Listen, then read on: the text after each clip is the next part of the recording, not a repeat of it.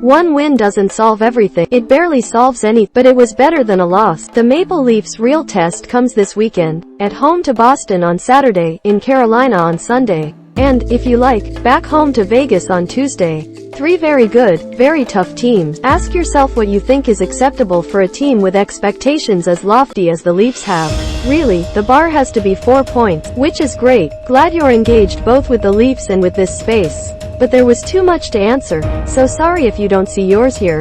Every year we hear lamentations from many die-hard Leaf fans at some point in the season when the team isn't performing well. They'll chant another year of wasted opportunity, with good reason, but this time around it may be different, particularly for the demographic core of the team's fanbase, baby boomers. In the worst-case scenario, this team Kyle Dubas has assembled, although 4 of top 5 players were here when he was given the GM job, will prove to be inadequate and seriously challenging for the Cup, likely resulting in another lengthy rebuild. Discounting the fluky 2013 squad, that lost in that infamously disastrous 7th game in Boston, the Leafs didn't have a playoff team from 2003 to 2017. And even then the team wasn't in a position to challenge for the Cup for another 2 to 3 years.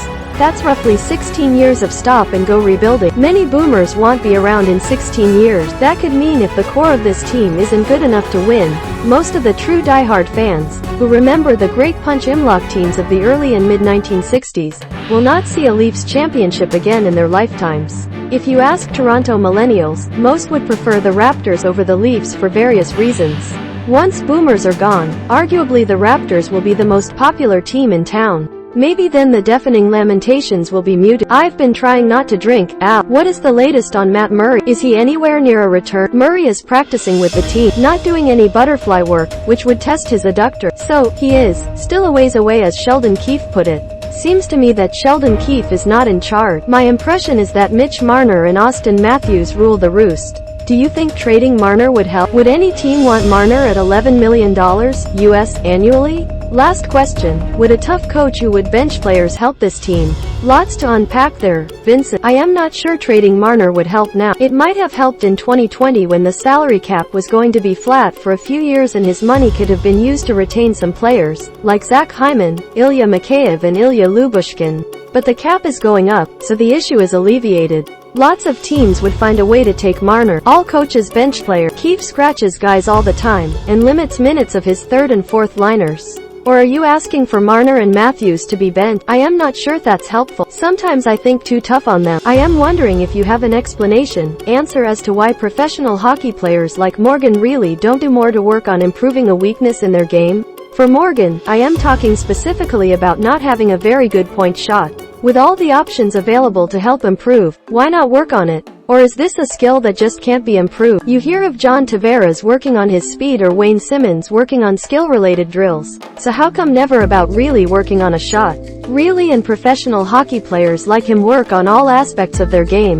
Really, admittedly, doesn't have much of a slap shot, but that shot is going the way of the dodo bird. It's been in decline some time. Really's job, and the job of all defensemen, is to get the puck at the net as quickly as possible, creating chaos, or giving the forward something to deflect, or get a rebound. A wrist shot or snapshot is the faster way to do that. Winding up for a slap shot takes some time, signals what's coming and gives defenders a chance to block. While it's easy to see the structural problems on the ice, I've been also noticing something more basic passing and shooting skills. It seems, from eyeballing, the Leafs are having trouble completing passes. Austin Matthews looks to have bobbled more passes than ever. Are there any stats that measure this? And shooting wide is the new norm. How about an old-fashioned passing and shooting practice like we did in Pee Wee? They still do passing drills in practice. Aside, given the question above as well, what do you folks think they do in practice if you believe they don't practice passing or shooting? Anyway, you'll agree their passing has been completely out of sync in the early going. It's a symptom, though, not a cause of their failures. They're second-guessing themselves when they have the puck. Moving it too quickly, or not quickly enough, could be a symptom of trying too much, could be a symptom of lost confidence. But when you see the passing coming back, then you'll see them in sync again. Refreshing to have someone give us the straight goods. This club is very poorly constructed and should NT be in the conversation surrounding the Stanley Cup at all. I don't disagree about roster construction. Too thin at goalie and at defense. A work in progress at forward. If they get it sorted out, they have a chance to be dangerous though. I know there's been talk of sacking Sheldon Keefe, but I think the players themselves are now the issue. When they went to their first cup appearance and lost, that was acceptable with the hope they learn what it takes to win a cup. But last year's very short run was not acceptable. The players on teams that win the cup find something extra in their souls to get to the end. Except for maybe Jason Spezza and William Nylander, the rest didn't dig down deep enough. I just saw the Summit Series documentary, and that is something maybe the Leaf players need to watch to understand what they need to do to overcome their inabilities to win when they should.